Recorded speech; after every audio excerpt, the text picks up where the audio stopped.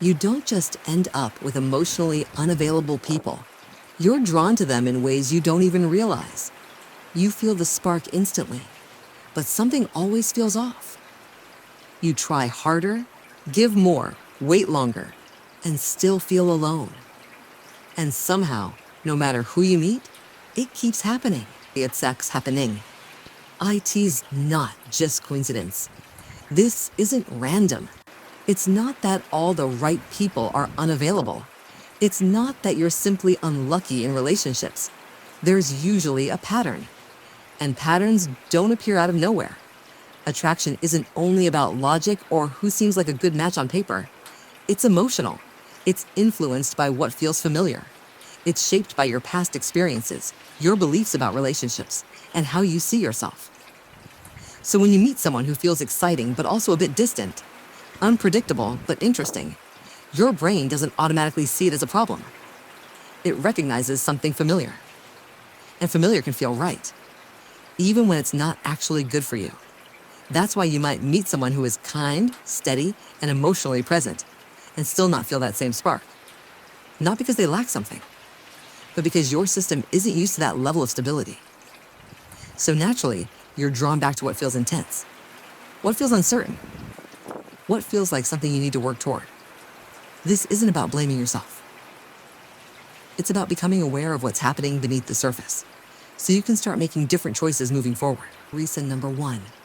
You confuse intensity with intimacy. Let's start here. You meet someone and it's immediate.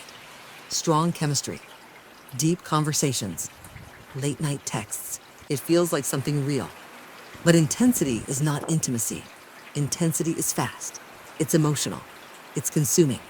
Intimacy is slow. It's steady. It's built over time. Example, you spend hours talking to someone the first few days. You share personal stories. You feel seen. Then suddenly, they pull back. And you're left wondering what happened. Why does this attract emotionally unavailable people? Because they thrive in intensity, but avoid depth. They're comfortable with the high connection, but not the responsibility of maintaining it. And if you're drawn to that intensity, you'll keep mistaking it for something meaningful. Here's the deeper truth. When you've been starved for connection, intensity feels like proof. Proof that this is different. Proof that this matters. But real intimacy doesn't rush. It doesn't overwhelm you. If it feels like a roller coaster from day one, that's not connection. That's instability dressed up as chemistry. Reason number 2, you have an anxious attachment style. This one runs deep. You crave closeness. You want reassurance. You want to feel secure.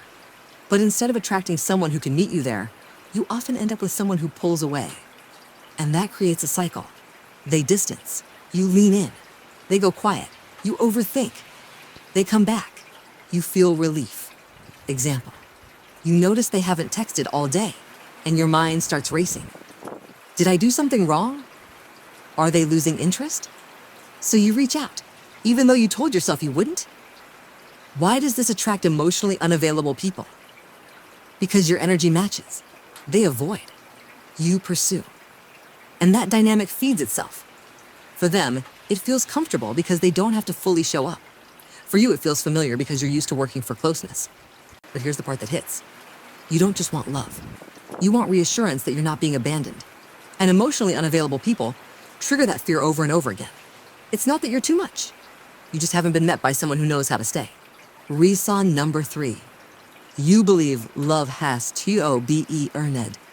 This belief is quiet, but powerful. Somewhere along the way, you learn that love isn't just given. It's earned. By being understanding. By being patient. By proving you're worth staying for. Example, they cancel plans.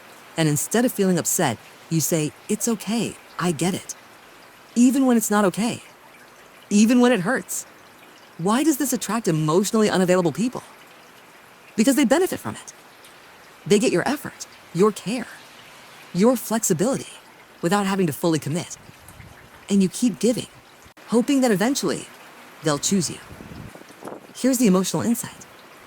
You're not chasing them. You're chasing the moment they finally show up for you. Because when they do, it feels like validation. Like you were finally enough.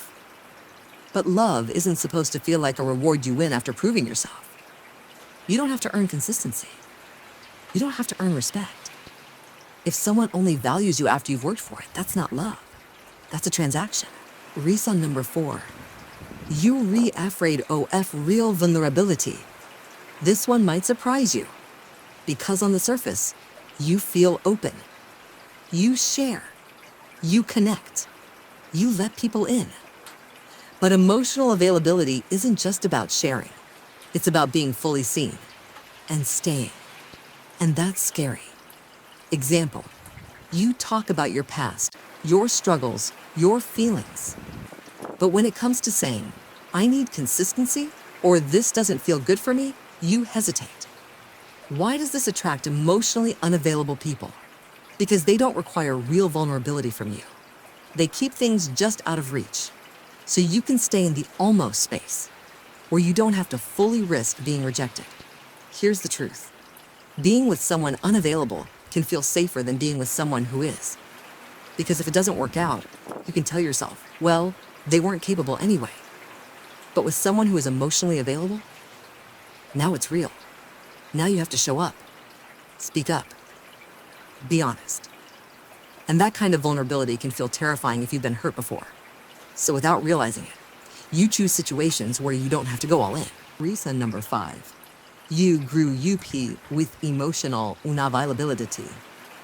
This is one of the biggest reasons. If you grew up around people who were distant, unpredictable, or emotionally inconsistent, that became your normal. Not because it was healthy, but because it was familiar.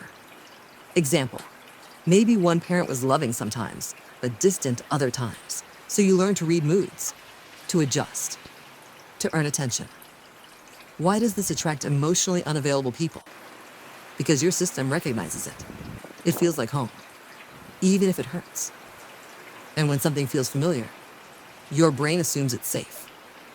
So when you meet someone who is emotionally steady and present, it can actually feel uncomfortable. Too easy, too calm, too unfamiliar. Here's the emotional insight. You're not choosing the wrong people on purpose. You're choosing what your past trained you to recognize as love. But just because something feels familiar doesn't mean it's right for you now. Reason number 6, you ignore early signs of chemistry.